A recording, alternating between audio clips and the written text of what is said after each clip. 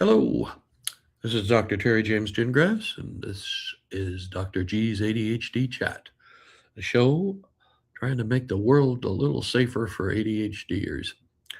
I am a clinical psychologist and neuropsychologist, and I'm also the parent of a couple of ADHD kids, and I married into a whole family full of people with ADHD, although back in those days, none of us knew it.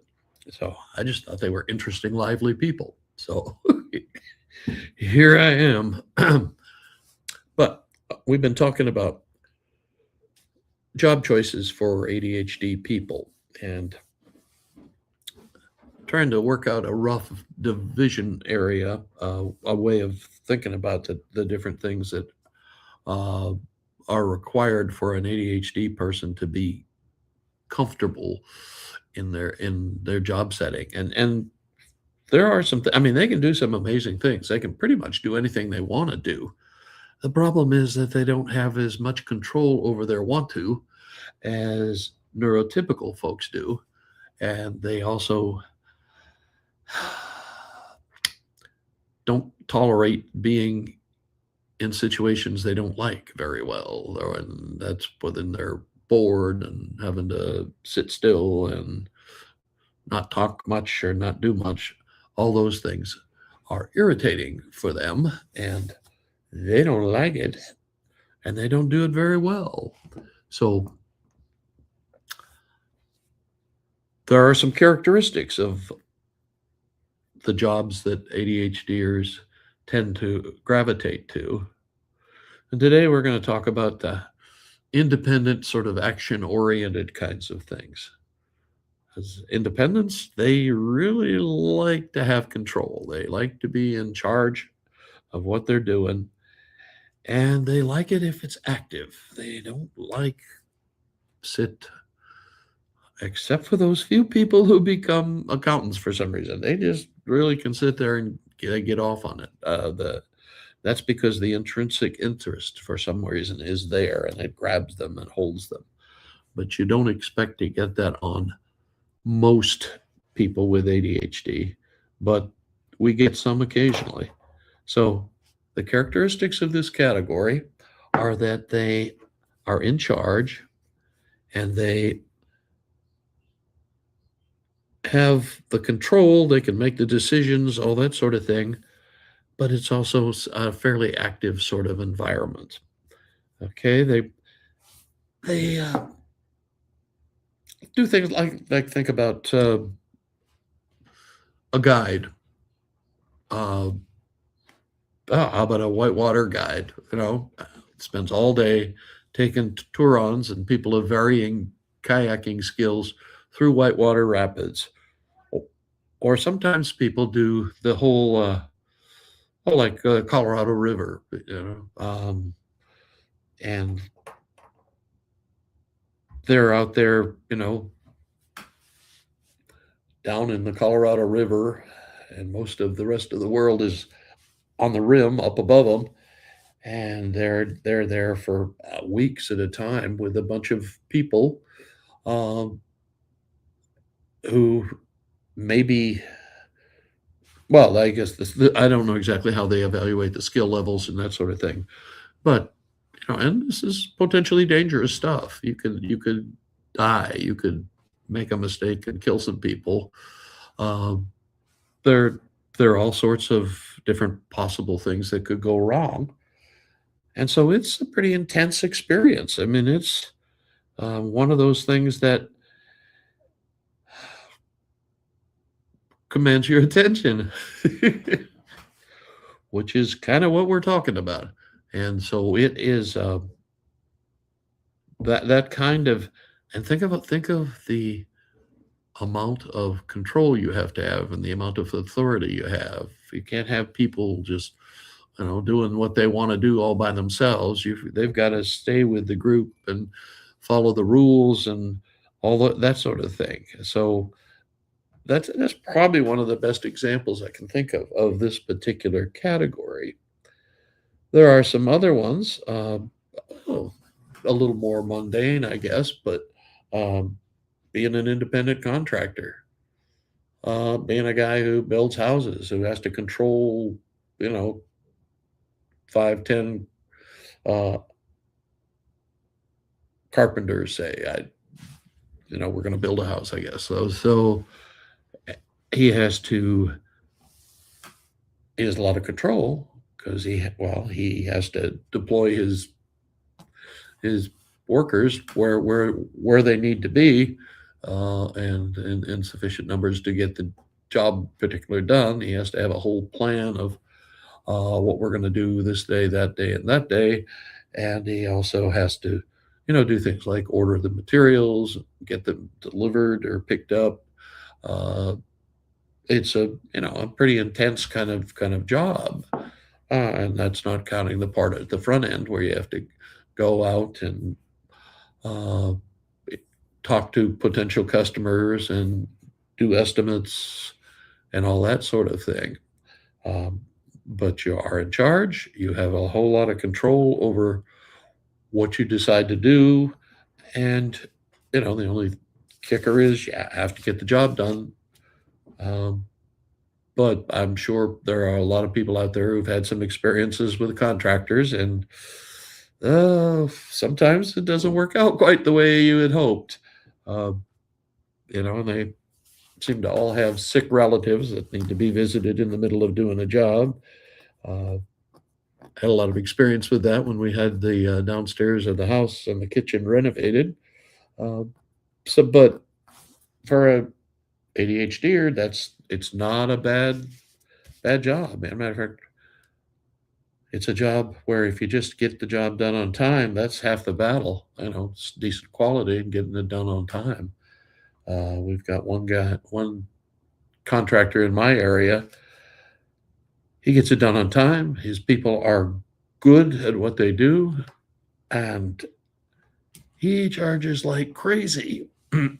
he His prices are probably double some of the other people in town, mostly because he's got a reputation for getting the job done on time, on budget. Of course, his budget's pretty high, but on and so on. And he's been doing it so long, it's kind of second nature to him, and he knows every supplier, and every other contractor that he might hire for a bit part of the major job that he's got. But it's a control thing. I mean, it's a very, very um, well. Let's just say you have to have a lot of control because you've got a lot of things out there that need constant adjustment. And then some other things that we get are people who are technicians that go out in the field and do repairs, do maintenance, do research even. Uh, but they are basically on their own. Their control. They have their cell phone becomes their lifeline to the office, but nobody can see what exactly they're doing. And they go from job to job usually. I mean, sometimes it's like, you could be a plumber, and you're just going from one job to the next job to the next job. You have to have an office or somebody. Well, I've seen actually. Ideally, you have an office and you have somebody who answers the phone. Of course, that could be uh, somebody at your home, and but actually schedules the work, and you have to figure out what you need and go out and do it. It's basically not that different from being the independent contractor, but you're a field technician for a company, and there are lots of them that are not. Uh, excuse me, contractors. There are a lot of people who, like I said, plumbers and electricians and that sort of thing. But there are also people who do research for different government agencies, keep track of crops and rainfall and all those sorts of things. But anyway, it's you basically have a lot of autonomy, a lot of control over what you do and how you do it, and so on. And you don't have to check in. You have to, obviously, they have to know where you are, what you're doing, but it's not like you've got somebody over peering over your shoulder. Uh, anyway, so that's a another area. The characteristics. Remember, the thing we got is it's kind of fast moving. It's kind of intense. You have a lot of control over what you're doing, and it it's stimulating. You like what you're doing. It's of an interest. I mean, there are other characteristics where primarily thing is it's an intrinsic interest. You just love doing it, and we'll talk about those next time. But basically, you are in a situation where you're largely in control of things. It's pretty intense effort. It's relatively fast moving. Some of these guys have, they have 5 or 6 different jobs that they're trying to keep track of. A contractor will have, his guys at working at 2 or 3 sites at the same time, and he's having to go back and forth and da da da da da. So it's fairly intense and it's fairly fast moving, uh, which is stimulating. That gets your dopamine in an uproar, and that's what you want if you have ADHD. So, so we've got consultants, field techs, independent contractors, and anybody doing any kind of outdoor work like guides. Um, well, farmers. Well, you have to be sharp to be a farmer, and it takes a lot of work, and there's always something you have to be doing. Uh, it's not one of the central kind of deals that we see in this particular category, um, but it is that kind of the it's that kind of a deal where the work is enough to keep your interest, and that's the big deal. There are all sorts of ways that can happen. Um, we don't normally. Well, there's another category that's sort of in this, and that's kind of first responders, and that is people who run into burning buildings or go to where the gunfire is in that direction, or ride ambulances and get to places. They're also uh, in their action is varying degrees of independence, and that's kind of why we put them back and forth between a couple of different categories. But they flip back and forth between, uh, having. I mean, matter of fact, like cops and firemen are basically paramilitary kind of organization. They're kind of organized that way.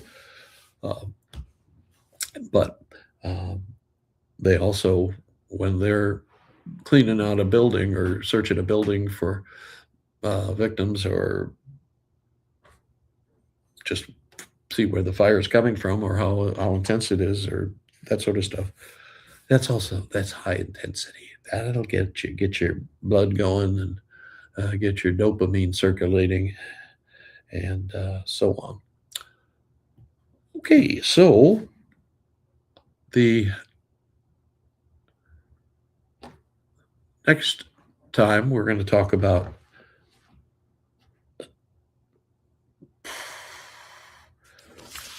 the last category, which is the jobs that are mostly just about intensity. It's so intense, such intense work, that keeps your interest, that keeps the focus and helps you. Okay, so I'm Dr. Terry James Gingrass. This is Dr. G's ADHD Chat, And again, we're trying to make the world safe for ADHD because, ADHDers can do anything that anybody else can do, but there have to be certain characteristics that hold their attention and keep them focused. And that's as simple as it gets. I have seen people do things that I thought, oh my God. I mean, I did an evaluation on a guy. He was dyslexic as well as ADHD. And the deal was he was like the third or fourth generation of lawyers. And so it was real important for him to go to law school. And I was helping him get accommodations for the LSAT, the test they take. And, well, I keep seeing his ads on TV and on the local networks. And so I guess he made it through and has stayed with it. But even with law, which, if you think about law as being looking at a bunch of deeds and all that other stuff, or bookkeeping stuff, that would, but there's courtroom action is kind of, matter of fact, I know a bunch of lawyers that do a lot of courtroom work, and they are definitely ADHD, and their kids are ADHD. So it's strict, it's you got to look at the different factors, but if you can get intensity in there some way, it is better for an ADHD person. Okay, and I'm still Dr. Terry James Gingras, and we will catch you next time and finish up this thing on jobs. And we need to remind you that my website is terrygingrassphd.com, and from there you can sign up for a quick freebie evaluation for coaching. And you can also sign up for my newsletter, absolutely free. And that comes out once a week as well. And it's completely different content from my podcast. Okay, we will catch you next time. In the meantime, have a good one and keep fighting the good fight.